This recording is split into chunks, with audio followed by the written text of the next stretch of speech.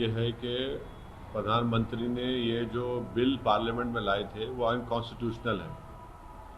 दूसरा ये है कि प्रधानमंत्री ये भूल रहे हैं कि उन्हीं के बरसों पुरानी उनके एक साथी शिरोमणि अकाली दल उनका साथ छोड़कर चले गए इसी बिल की बुनियाद के ऊपर, किसानों के इस मसले के ऊपर। तीसरा ये है कि जेडीयू जिसके साथ बीजेपी इलेक्शन लड़ रही है बिहार में, वो भी इस पर अपनी नाखुशी का इजहार किया।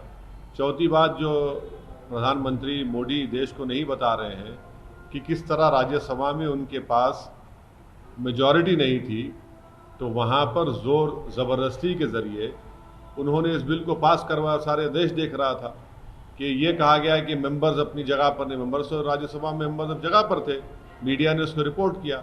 तो हर एतबार से प्रधानमंत्री का ये जो कानून उनकी सरकार ने बनाया, इसका किसान को फ़ायदा पहुंचाना मकसद नहीं है, बल्कि जो कॉरपोरेट लोग हैं जिनको प्रधानमंत्री से बड़े करीबी उनके ताल्लुकात हैं, उनको फ़ायदा पहुंचाने के लिए ये बिल को पार्लियामेंट में लाकर, बावजूद इसके कि उनके सरकार के पास मेजॉरिटी नहीं थी राज्यसभा में, उन्होंने उसको पास करवाया।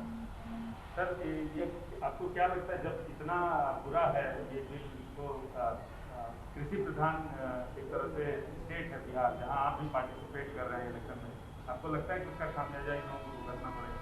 नहीं, बीजेपी आरएसएस, बीजेपी की जो सबसे बड़ी ताकत है वो आरएसएस है। आरएसएस के जो किसान उनका संघ का जो हिस्सा है वो इसका विरोध कर रहे हैं, तो प्रधानमंत्री उनको समझाए ना। प्रधानमंत्री के आरएसएस को नहीं समझा सकते। अगर प्रधानमंत्री वो बनते हैं तो आरएसएस की वजह से, तो आरएसएस को समझाएं। इससे ये बात साफ जाहिर हो रही है कि हर सेक्शन इस जो उन्होंने बनाया उसका विरोध कर रहा है, उसका अपोज कर रहा है। सर, ये कहा जा रहा है कि ये पॉलिटिकल पार्टियां वो कर रही हैं, किसानों में क्या आपको लगता है वाकई इस बिल को लेकर गुस्सा है? तो आप एक काम करिए ना, प्रधानमंत्री को जरा पंजाब जाने के लिए बोलिए, हरियाणा जाने के लिए बोलिए। और हरियाणा का चीफ मिनिस्टर क्यों कह रहा है कि बाहर के लोग क्यों नहीं आ सकते? ये तो कॉन्ट्रडिक्शन है, एक के बाद एक गलती कर रहे हैं। प्रधानमंत्री इस तरह का ट्वीट करके अपनी बेबसी और अपनी परेशानी का इजहार कर रहे हैं, अपने फ्रस्ट्रेशन का इजहार कर रहे हैं, बुरी तरह एक्सपोज हो रहे हैं देश के सामने।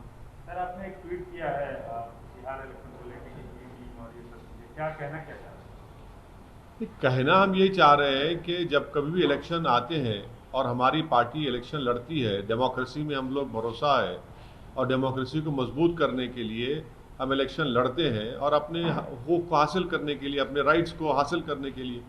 तो अचानक ये सेकुलर पार्टीज जो अपने आप को सेकुलर कहती हैं मगर प्रैक्टिकली नहीं है, वो हम पर इल्ज़ाम लगाते आए हैं कि बी टीम है, फलां टीम है।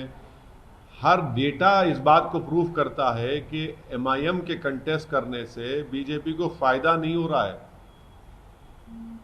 बल्कि एमआईएम को फ़ायदा हो रहा है।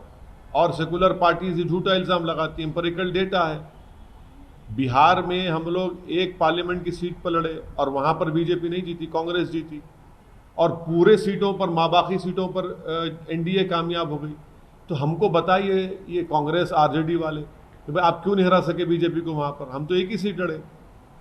महाराष्ट्र में हम एक सीट लड़े, औरंगाबाद में, वहाँ पर इम्तियाज़ जलील ने 22 साल के एमपी शिवसेना के को हरा दिया। और फिर कांग्रेस एनसीपी शिवसेना के साथ गोद में बैठ गई है, पावर शेयर कर रहे हैं। वो क्या सेकुलरिज्म है?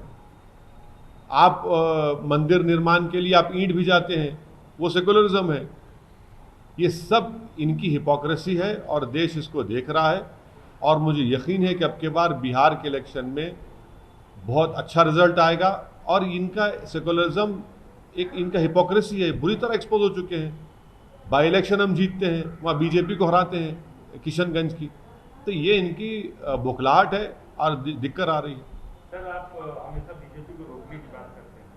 बिहार में आप कर सकते थे, बीजेपी को रोकने का आप कर सकते थे, कुछ पार्टियों से हाथ मिला सकते थे, गठबंधन कर सकते थे, लेकिन आप जिस तरह से लड़ रहे हैं, आप पे ये आरोप लग रहा है कि आप बीजेपी को चलिए, अरे हमने तो एक बिहार के एक बहुत बड़े लीडर के साथ, उनकी पार्टी के साथ हमने गठबंधन किया है।